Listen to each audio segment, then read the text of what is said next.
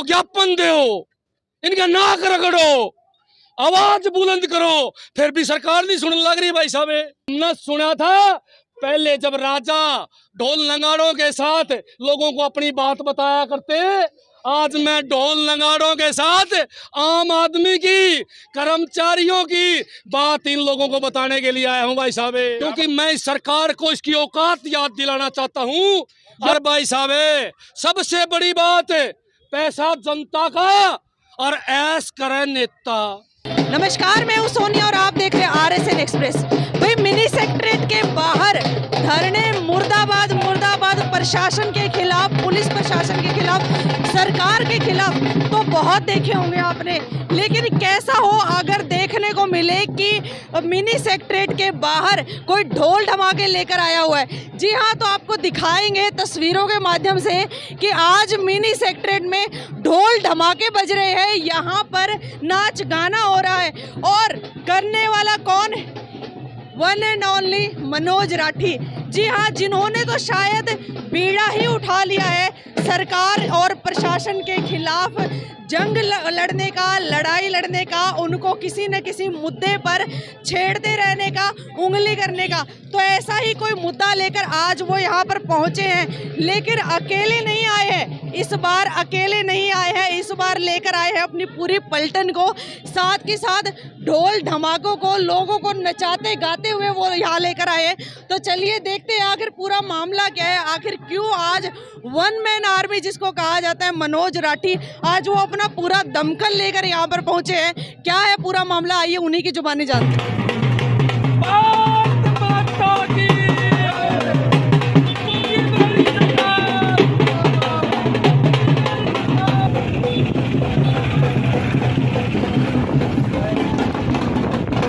Gate इसलिए खुलवाना चाहा कि इनको ज्ञापन दो, इनका नाक रगड़ो, आवाज बुलंद करो, फिर भी सरकार नहीं सुनने लग रही। भाई साहब इसलिए आज ढोल धमाके के साथ इनकी आवाज सुनाने के लिए आए हैं।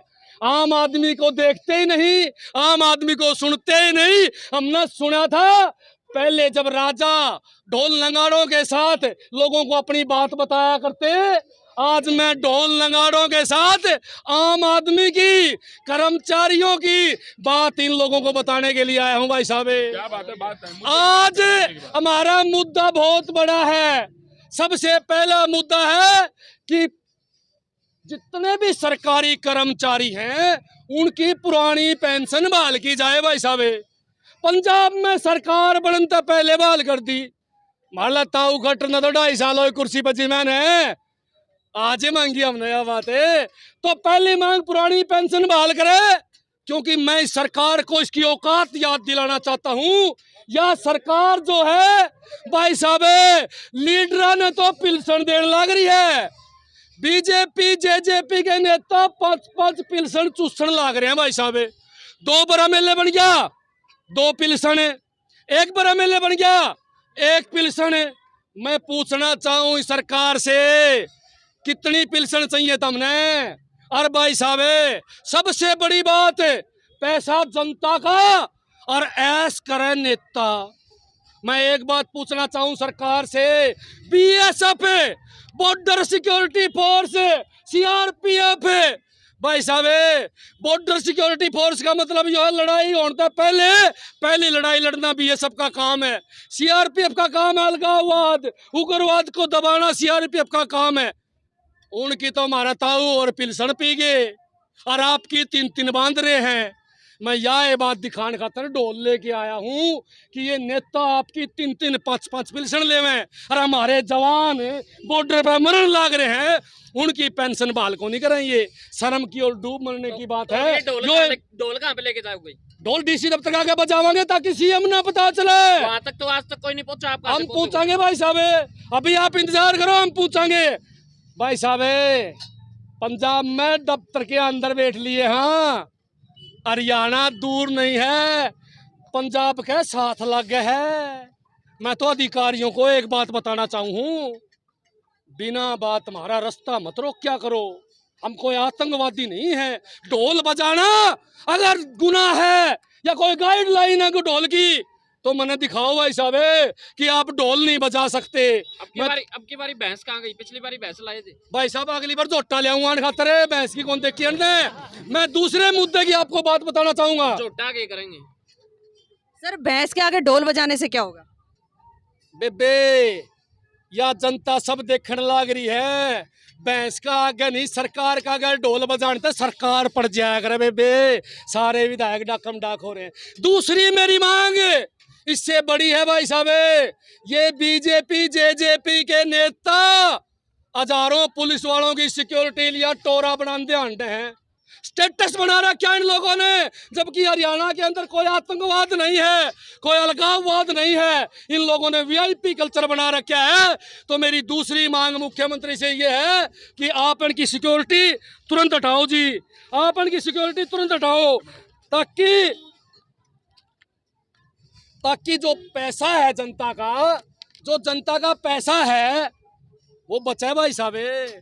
एक बात मैं पूछना चाहूँ, पुलिस को तनख्वाह कौन दे भाई? आम जनता के टैक्स से पैसे जावे हैं, पर ऐस कौन लुटन लाग रहे हैं? ऐस ये नेता लुटन लाग रहे हैं। ऐस कौन करने लाग रहे हैं? पैसे का टैक्स का फ्री में सारा मजा ले रहे हैं नेता, सारा सौदा फ्री है। इसलिए मैं चाहूंगा कि इनकी सिक्योरिटी तुरंत प्रभाव से वापिस हो। एक एक गनमैन दे दो, ना कोई को नहीं पाड़े। अगर कुंसा पे हमला हो तो मनोज राठी जिम्मेवारी ले भाई साहब। उससे भी बड़ी बात है, दुष्यंत चौटाला का बाबू न्यारे पुलिस लिया अंड है, उसका भाई न्यारे लिया अंड है। घने ऐसे नेता हैं जो फ्री में सिक्योरिटी लिया अंडे हैं, वो कुछ बन रहे को नहीं। घने चुट भैया नेता हैं, उनके तुरंत प्रभाव से सिक्योरिटी हटाई जाए और इस वीआईपी कल्चर को समाप्त किया जाए। ये मेरी दूसरी मांग है। पंजाब में सरकार बनने से पहले हमने ये काम कर दिया है, वहाँ से वीआईपी कल्चर खत्म करने का काम करा है, जबकि पंजाब के अंदर तो उग्रवाद है बेबे। फिर भी हमारे नेता ने हिम्मत दिखाई। हरियाणा में बताओ भाई कौन से कौन में उग्रवाद है? तो चाहे दुष्यंत चौटाला एक गनमैन के साथ आंडा तो उसने कोई पाड़ा है कि? मैं पूछना चाहूँ, ये नेता हमारा गुप्ता जी है। पंजाब में आपके सीएम का एक गनमैन का घूमेंगे, उनके साथ 40 गाड़ियों का काफिला आज भी था। अगर हमारे सीएम भगवत मान जी हरियाणा के होते तो एक सिपाही के साथ घूमते। हमारे तो पंजाब के हैं, फिर भी कम ले रहे हैं। उसने अपनी 70% सिक्योरिटी हटा दी है, केवल 30% सिक्योरिटी के साथ चलेंगे, जहां हर रोज खालिस्तान के धमकी मिलती है। लेकिन फिर भी ये एक बहुत ऐतिहासिक फैसला लिया है कि वहां के जो विधायक होंगे, दिल्ली में कौन दे रहा ले रखा हमने तो गनमैन है, देख लेता रह गए, वहां भी विधायक हमारे गाँव में रहेंगे और हम ज्यादा चक्कर में नहीं पड़ते। हमारा नेता का है जो पुलिस मारे गेला अंडे है, वह थाना में रहे और लोगों को बचावे। और यह बात मैं सरकार को बताना आया हूँ कि बाहर बहुत ज्यादा क्राइम हो रहा है। आपकी पुलिस या तो तारा गेला अंडा है डाकम डाक है, या फिर चलान काटने में व्यस्त है, और कोई एक आधा बच गया वो रुपये इकट्ठे करने पर लाग रहा है तार खातर। कि पंजाब के अंदर है इसीलिए इतनी सिक्योरिटी के साथ घूम रहे हैं, तो पंजाब के अंदर क्या आतंकवादी रहते हैं? हाँ बेरा को नहीं आपने कितनी मुश्किल से दबाया है। वहाँ आतंकवाद था पहले, आज भी वहाँ खालिस्तान की धमकियाँ बार बार मिलती रहती है, फिर भी हमारे नेता ने सिक्योरिटी घटा दी है। हमारे विधायकों के पास सिक्योरिटी को नहीं, पहले विधायक 50-50 पुलिस वाले रखा करते। हमारे नेता ने 70% सिक्योरिटी हटा दी है। 2000 की नफरी से 40 पुलिस वाला पा गए। और बताओ दादा गौतम कहो था बोला कि ये जो सा सांप और बिच्छू लड़ जाए नहीं, वो मानस तो फिर भी कई बार बच जाए, लेकिन बढ़िया लड़े उड़ा बचा नहीं करता। ये बढ़िया किस किस का लड़ेगा? केजरीवाल जी के ऊपर ये व्यंग्य कसा था। हरियाणा की सारी जनता बढ़िया है भाई साहब है, या लड़ेगी बीजेपी जेजेपी वाला भ्रष्ट नेताओं के, यो लड़ेगा भाई साहब उन अधिकारियों के जिनने भ्रष्टाचार में अवार्ड जीत रखे, अवार्ड उन लीडरों का यो लड़ेगा। और वे पानी भी कौन मांगा, मेरे से लिखवा के ले जाओ भाई साहब। ईमानदार है भाई साहब, आप आरोप लगा रहे हैं। दुष्यंत जी से बड़ा ईमानदार कोई है बताओ? हाँ बहुत बड़े ईमानदार है। 1 लाख करोड़ रुपये तो मान लो मामूली रकम होने के लिए सारा पैसा विदेश में सेटल होने लग रहा है। छोटा वकील इसी काम पर लगा हुआ है, सारी दुनिया ने पता है। कौन सा नेता की पोल पट्टी पटवारी नाम बताया जा, मैं बताया जाऊंगा कौन सा का माल खड़े खड़े है। गुप्ता साहब हिसार शहर से और रहने दे यार, गुप्ता साहब के पास पहले कुछ नहीं था, जाके पूछ गुप्ता जी माल ही माल इकट्ठा कर रखा है। आप कह रहे हैं कि सिक्योरिटी की जरूरत नहीं है, लेकिन सांसद विधायक जब सड़कों के ऊपर निकलते तो उनके ऊपर जूतों से हमला होता है। बेबे उल्टे काम करेंगे तो जूते लगाएंगे, उल्टे काम ना करो, जूते कौन मारेगा? हमारा कौन मारा कोई? एक बात बताओ, अभी आप आए नहीं। फील्ड में एक बार आ तो जाइए सर, ये तो बाद में बात करेंगे। काफी साल से आ रहे हैं, क्या बनना ही नेता कहलाता है? क्या भगत सिंह चुनाव लड़के बना था? लेकिन हमला क्या तो लाल आपके ऊपर भी हो बहादुर चुका है। शास्त्री जैसे नेता हमारे रहे हैं? क्या महात्मा गांधी चुनाव लड़के बना था?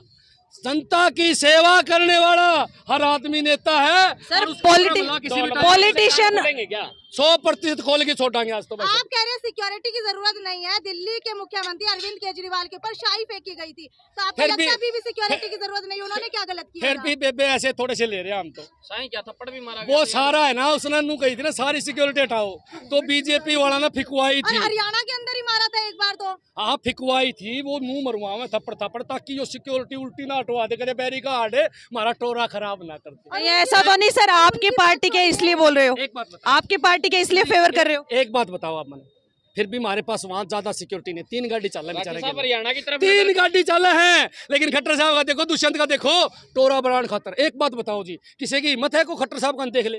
अरे पूर्ण राज्य का मालिक है, सेंटर में सरकार है, किसी की हिम्मत है दुष्यंत का देख ले? देशद्रोह की धारा लगावे हैं, 308, 307, 302 पता नहीं के तो सर इतने ही करप्ट हैं, तो फिर जनता की क्या आंखें बंद थी जब उनको इतने बड़े पद पर पहुंचा दिया? ऑप्शन कौन था ना बेबे? ऑप्शन की सर कमी नहीं है, ये बात मत बोलिए। पहले कमी थी, ईब ऑप्शन मिला है। अब मनोज राठी आ गए ना। पंजाब में देखा आपने, केजरीवाल आ गए हैं जी। पंजाब में देखा 92 सीट ऑप्शन दिया, 92 आई। अच्छा, हरियाणा आपका के कहना अंदर है कि हरियाणा के अंदर अगर कोई भी बनता है आम आदमी पार्टी का, तो उसको सिक्योरिटी की जरूरत नहीं है? नहीं होगी जी, हरियाणा में अच्छा, नहीं ये होगी। बताइए, आपके ऊपर भी तो हमला हुआ था, आपके ऊपर भी तो एक पुलिस वाले ने बिठा करके मारा था आपको। खूब लठ मारे थे, थप्पड़ मारे थे, मन तो रोज धमकी देवे। मन तो कदे कौन कहीं पुलिस वालों को मन सिक्योरिटी दे दो, ऐसे है मन ने तो रोज कमा यहाँ बात है भाई, मैं तेरा गोली मरवा दूंगा, मैं तेरे ऊपर हमला कर दूंगा, रोज मैंने समझावा कि भाई तेरे पर हमला हो सके किसी भी टाइम। मैंने तो कदे हाथ कौन जोड़े जी, मैंने सिक्योरिटी दे दो। बेबे कोई बात को नहीं, मरना मर जावांगे, हमने सिक्योरिटी की जरूरत हरियाणा नहीं की तरफ नजरें हैं अब आपकी मनोज राठी जी। गर्दन कमजोर है या पूरी तैयार है? ऐसे है भाई साहब, जमा तैयार है, अब 90 सीट आने वाली है, सारा देश डाकम डाक है, बड़े बड़े नेता हमारे केजरीवाल का हाजिरी लगा हुआ है, चौकट पे बैठे हैं भाई देख लेना साहब। गर्दन कभी कट जाए, ऐसे है। तलवार इधर की उधर हो जाए। टेम जा लिया वो, ईब तो हमारी चौकट पे बैठे हैं, वहाँ बड़े बड़े नेता आपका हरियाणा। मैंने तो सुना है, अंदरूनी बात है, बता मत दियो किसी को, मैंने तो सुना है सरकार गिर सकती है किसी भी टाइम। सर आपके ही पेट में दर्द हो गया, खुद ही बोल दिया आपने। हाँ, बीजेपी जेजेपी वाले डाकम डाक हो रहे बेबे, सरकार गिर सकती है किसी भी समय, चुनाव आ सकता है आपका प्रदेश का। कई बीजेपी के नेता आम आदमी पार्टी के नेता केजरीवाल का टच में है। मन तो शक हो रहा है, कदे हमारा खट्टर साहब भी डकम डाक ना हो रहा हो कि उधर जाके सीएम बन जाऊं। सबको पता चल गया, सिक्योरिटी वालों ने सीएम साहब को बता दी 90 में से 90 आने लग रही। सर अभी तो पंजाब में ही पार्टी आई है, आप तो अभी से अपने आप को बादशाह समझने लगे। अगर पूरे और अगर राज्यों में आ गए तो आप तो फिर हम लोगों को कुछ समझोगे ही नहीं। बेबे मैंने आपकी कद बात करता हूँ, मेरे बेबे है, हम जनता है सर। आप मेरी बेबे हो। जनता एक बात बताओ, जनता के आशीर्वाद से 92 आई है ना, जनता के आशीर्वाद से 90 आएगी, जनता के आशीर्वाद से आगे जावांगे बेबे। जनता जनार्दन है हमारे लिए, इसलिए सारे काम जनता के हक में करा। खट्टर साहब आपको देखते हो क्या कहेंगे? 300 यूनिट बिजली फ्री बेबे, 300 यूनिट बिजली फ्री, कर्जा माफ कर दिया बेबे, बिजली के बिल माफ कर दिए। हमारी माँ बेटी हमारी भाण रोन लाग रही है बिजली बोर्ड के सामने खड़ी खड़ी। मैं तो बताना चाहूँ सरकार को और खट्टर साहब को, समय रहते जनता का भला कर दो, आगे मौका कौन मिले, आगे मौका कौन मिले। और सरकार किसी भी रात को गिर सकती है, क्योंकि ये सच्चाई है। आज बहुत बड़े बड़े नेता डाकम डाक हो रहे हैं, लेकिन हमारी ऐसी आदत नहीं है। हमारे पास गए थे ना विधायक है, नाट गया हम भाई, तारी सरकार सूत्रे काम कर लो, पूरा टाइम करो। आम लेने वाला आदमी नहीं। पहली मांगी है कि सांसद और विधायकों की पेंशन कार्ड पहली मांग, पहली। अच्छा ये बताइए, अगर आप सत्ता के अंदर आते हैं तो क्या आप पेंशन लेने से इनकार कर देंगे? 100% पहली पेंशन मनोज राठी छोटेगा, बना के देख लो भाई साहब, वायदा है आपसे। पहली पेंशन छोड़ने का काम करूंगा, बना के देख लो। ऐसा तो नहीं है राठी साहब, पेंशन छोड़ दें ऊपर वाला आ जाए। एक बात बताऊं मैं आपने, नू तो भाई किसी ने बने ना दो कि हमारे पंजाब में बने हैं। क्यों बने हैं? अच्छे काम करे हैं। दिल्ली में इसलिए बने हैं, पंजाब में अच्छे काम करेंगे, आप यहाँ बना दियो। मैं तो जनता जनार्दन से अपील करूंगा कि आप लोगों ने बनाने, आप लोगों ने मौका देना है। और मैं तो एक बात आपने जरूर बताऊंगा कि इनकी पेंशन सही है या गलत है। मेरा तो सवाल जनता से है, भाई आप फैसला कर लो। भाई ये लीडर 3-3, 4-4, 5-5 पेंशन लेवे, ठीक लेवे कौन लेवे। और सीआरपीएफ वाला, बीएसएफ वाला, हमारे ये और ऐसा आईटीबीपी वगैरह सबकी पेंशन नहीं है। क्या गलत है? ठीक है बताओ। तो सर सब देख रहे हैं, कदम आगे बढ़ाइए। एक लास्ट बात और है, पंजाब पुलिस के समान हरियाणा पुलिस की तनख्वाह करी जावे, यह भी हमारी मांग इसमें हमने डाल ली। पंजाब पुलिस के बराबर हरियाणा पुलिस की सैलरी करी जावे, ताकि भाई ये मार ले जो है भ्रष्टाचार न करे, ईमानदारी से अपना काम करे, इसलिए इनकी तनख्वाह बढ़ाई जावे। एक लास्ट सवाल, अब आप जिनको शामिल कर रहे हैं, जो भी आ रहा है उसको शामिल कर रहे हैं, आप पूर्व विधायक है, पूर्व पार्षद है, क्या वो आपके पास आने से गंगा नहा लेंगे? अभी तक वो करप्ट थे, अभी तक आप उन्हें गालियां निकालते थे, अगर वो आपके पास आते हैं क्या उन्हें टिकट मिलेगा? रोज पवित्र हो जाए। करप्ट आदमी को केजरीवाल ने पंजाब में टिकट दे दी, गुड़गांव में शामिल करा है, कोई बात नहीं, टिकट थोड़ी दे दी हमने। टिकट तो आम कार्यकर्ताओं को मिलेगी, जो बीजेपी को सींचने का काम। लेकिन काम तो वही लोग करेंगे ना, जो जेजेपी में थे, जो बीजेपी में थे, जो कांग्रेस में थे। काम विधायक करेगा, काम करेगा विधायक जो बनेगा। और विधायक कौन बनेगा? पंजाब जाके देखे हो, सफाई कर्मचारी का बेटा विधायक बनेगा। सर बातें बहुत सुन ली, अब कदम आगे बढ़ाइए। विधायक बनेगी, ये बनेंगे भाई। अपना ढोलक चालू करो, खोल लो जी गेट, खोलो। हमारी मांग भी है भाई साहब, वो गाइडलाइन दिखा दो क्या आदेश है बताएंगे भाई। को ढोलक बना के गाइडलाइन है तो दिखा दो मैंने। मैं बार बार नुकू हूँ, मैं ढोलक बजा के ज्ञापन दे के आऊंगा डीसी मैडम को। क्या कोई गाइडलाइन है ढोलक की? भाई तुम तानाशाही गणबल टूटे हो गए, या कौन है ड्यूटी मजिस्ट्रेट है? या तो मेरा गाइडलाइन दिखावा है, या फिर मेरे को ढोलक लेके अंदर जाने दे। तो तस्वीरों के माध्यम से मैं आपको दिखाना चाहूंगी कि पीछे मेरे जो ये जमघट लगा हुआ है मिनी सेक्रेटरीट के गेट के ऊपर, ये है मनोज राठी का दमकल, जो यहाँ पर डीसी मैम को ज्ञापन सौंपने के लिए आए हैं, जिसमें उन्होंने अपनी कुछ मांगे ऐड की है। तो आप देख सकते हो गेट के ऊपर पूरी जोर जबरदस्ती चल रही है। वो ढोल ढमाकों के साथ यहाँ पर आए हुए हैं और कोशिश कर रहे हैं कि गेट खुल जाए और उनको अंदर जाने का मौका दिया जाए। वो तो देखने वाली बात ही होगी कि क्या उनको अंदर जाने दिया जाएगा, क्या वो डीसी मैम से मिल पाएंगे, क्या वो अपना जो ज्ञापन है वो उनको सौंप पाएंगे या नहीं। जहां तक हमें पता चला है उनकी जो मांगे हैं उनमें से मैं आपको बता देती हूँ कि जितने भी नेता राजनेता जिनकी पेंशन जो 3-3 4-4 उन्होंने पेंशन बंधवा रखी है, उसके खिलाफ वो मांग करना चाहते हैं कि उनकी पेंशन जो है वो बंद कर दी जाए। जितने भी BSF के और अपनी सेना के जो जवान हैं उनकी जो पे है उसको बढ़ा दिया जाए। और बाकी तो मैं आप सबको पता ही है कि हर दूसरे दिन वो किसी न किसी नए मुद्दे को लेकर सामने आते ही रहते हैं। तो इसी तरह के कुछ मुद्दे लेकर वो आज भी डीसी मैम से मिलने के लिए यहाँ पर उनको ज्ञापन सौंपने के लिए आए हैं। तो देख लीजिए, अभी तक तो गेट खुल नहीं पाया है। एक तरफ पुलिस प्रशासन खड़ी है, दूसरी तरफ जो है मनोज राठी अपने पूरे लोगों के साथ, अपने जमघट के साथ यहाँ पर आए हुए हैं। तो देखते हैं कि गेट खुलेगा या नहीं खुलेगा। वीडियो को ज़्यादा से ज़्यादा शेयर करना न भूलिए। मैं सोनिया किसी और खास खबर के साथ आप सबके सामने फिर से हाजिर होंगे, तब तक के लिए